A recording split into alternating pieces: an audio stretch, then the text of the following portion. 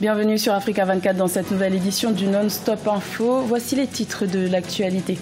Le dialogue politique voulu par le président Teodoro Obiang-Nguema Basogo s'est clôturé le 21 juillet en Guinée équatoriale.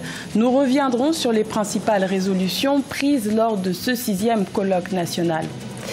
Les élections locales du 13 octobre tiennent en haleine la Côte d'Ivoire. Les quelques 22 000 candidats en lice seront départagés par plus de 6,5 millions d'électeurs. Les enjeux de ces scrutins municipaux et régionaux sont à suivre dans cette édition. Et à la découverte de Didé, une pièce contemporaine présentée à Cotonou, au Bénin. Cette œuvre est le fruit d'une collaboration artistique entre deux cultures, béninoises et françaises.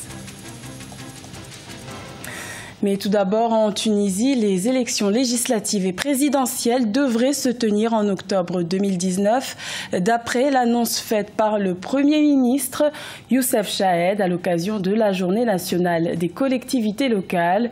Une annonce qui vient confirmer la date déjà annoncée il y a quelques jours par le président Béji Caïd Essebsi. En Guinée équatoriale, le dialogue national voulu par le président Teodoro Obiang-Nguema Basogo s'est tenu du 16 au 21 juillet. Ce 6e colloque politique avait pour but de rassembler tous les Équato-Guinéens. Qu'en est-il ressorti? Élément de réponse dans ce sujet de la rédaction. Le 16 juillet 2018 s'est tenu à Malabo le 6e dialogue politique en Guinée équatoriale depuis l'arrivée du chef de l'État Teodoro Obiang-Nguema Basogo en 1979. Pour le président équato-guinéen, ce dialogue devait être le cadre de rassemblement de tous les Équato-Guinéens. Seulement, l'opposition et les organisations de la société civile ont posé des conditions préalables. Nous avons besoin d'être rassurés que les choses vont bien se faire. L'unique manière de bien faire les choses, c'est de légaliser les partis et les associations selon la loi équato-guinéenne. Qu'ils aient une bonne volonté. À travers la légalisation des partis, nous verrons que le gouvernement aura un intérêt à ce qu'il y ait une conversation fructueuse.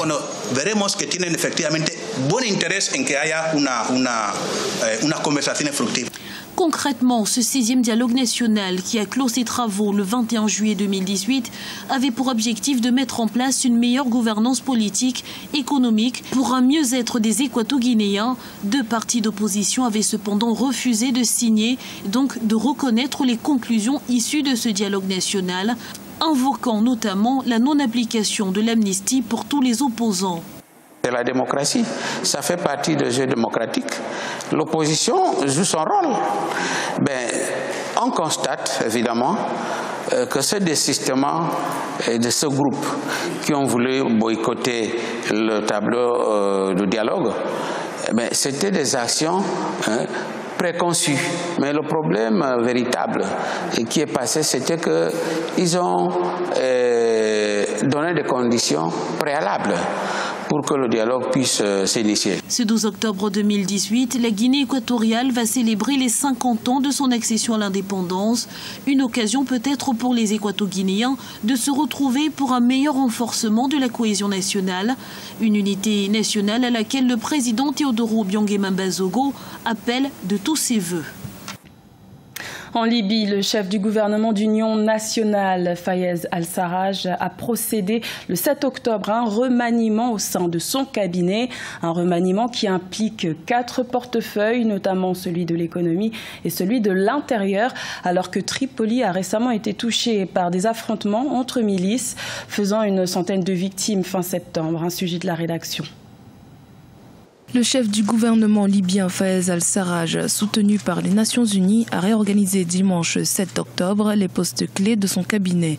Il a notamment nommé un nouveau ministre de l'Intérieur en la personne de Fathi Ali Bachaga, qui succède ainsi à Abdesalam Achour, qui occupait son poste depuis février 2018. Objectif, élargir sa base de soutien au sein du pays et renforcer la sécurité dans la capitale, Tripoli, après des semaines d'affrontements. C'est un choix stratégique. Parce que l'enjeu aujourd'hui pour nous, c'est de réussir à garantir par ce gouvernement une certaine stabilité. Stabilité qui serait trouvée par une légitimité renforcée auprès des différentes sensibilités dans le pays. Surtout les sensibilités qui ont la capacité de nuisance et d'instabilisation. En effet, la nomination de Fathi Ali Bachaga au poste de ministre de l'Intérieur n'est pas anodine. Il est originaire de la ville de Misrata, située à 200 km à l'est de la capitale et est proche de ces groupes armés.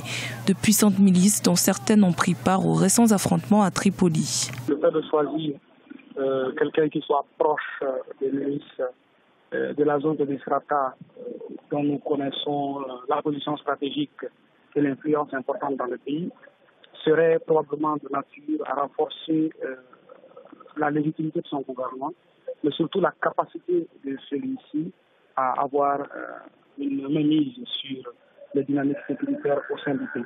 Jusqu'ici, les ministres libyens ont eu du mal à avoir un impact à travers leurs actions, étant donné que le pays est véritablement contrôlé par des groupes armés. La nomination de ce nouveau ministre de l'Intérieur, proche des groupes armés de Misrata, pourrait changer la donne. L'échéance des élections municipales et régionales approche en Côte d'Ivoire. Les quelques 22 000 candidats en lice pour les scrutins du 13 octobre seront départagés par plus de 6,5 millions d'électeurs. Et pour certains observateurs, ces élections s'apparentent à un test grandeur nature pour l'élection présidentielle de 2020. Ibrahima Djoumaba.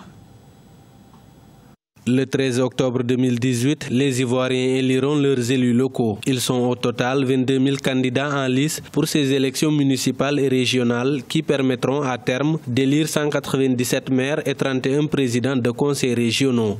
Il y a des indépendants au sens vrai, et puis il y a des indépendants qui sont en réalité issus des partis politiques officiels, et il y a ceux qui sont en disgrâce totale avec leur parti d'origine. Donc cela montre clairement qu'il y aura forcément une recomposition de l'espace politique qui va se faire au regard donc des enjeux de ces élections municipales et régionales. Alors que les membres du Rassemblement des Ophoïtistes pour la démocratie et la paix ne s'accordent plus sur leur projet politique, plusieurs observateurs de la scène politique ivoirienne estiment que ces élections vont positionner les principaux partis politiques en vue de la présidentielle de 2020. On voit bien le PDC qui a quitté le RHDP veut effectivement mesurer son poids politique avant les élections 2020. Parce que les vrais enjeux, c'est les élections 2020. Mais là, les partis politiques, le PDCI et le RHDP veulent mesurer leur poids sur le terrain. Mais il y a aussi Guillaume Soro qui vient certainement comme un arbitre qui observe pour le moment de quelle tendance va balancer la situation. Le Front populaire ivoirien de l'ex-président Laurent Gbagbo s'est positionné pour ces élections locales après avoir boycotté plusieurs scrutins ces dernières années. Les ex-collaborateurs du RHDP s'affronteront le 13 octobre sous la bannière du Rassemblement des Républicains et du Parti démocratique de Côte d'Ivoire.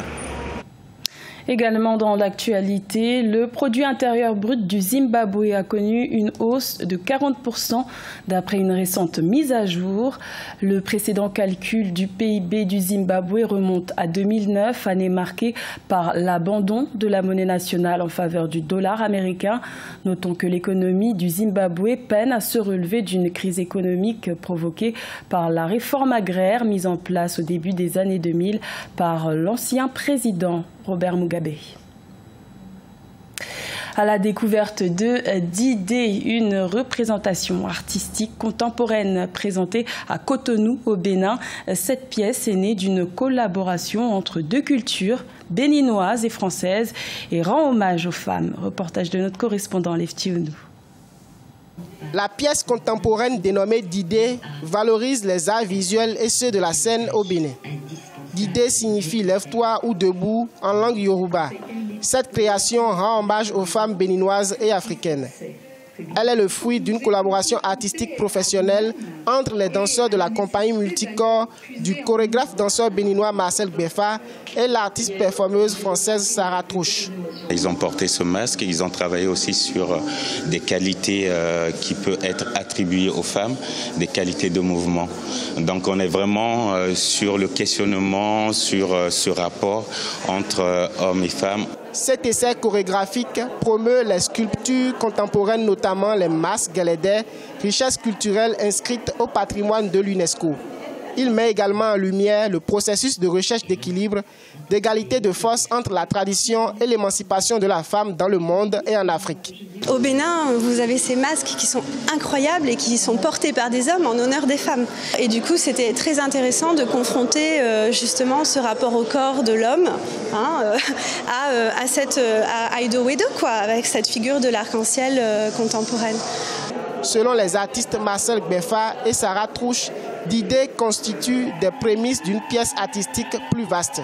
Sarah Trouche est une activiste sociopolitique et Marcel Gbefa, lui, promeut les danses au Bénin. Ce journal a été réalisé par l'ensemble de la rédaction. Merci de votre fidélité. L'information continue sur Africa 24.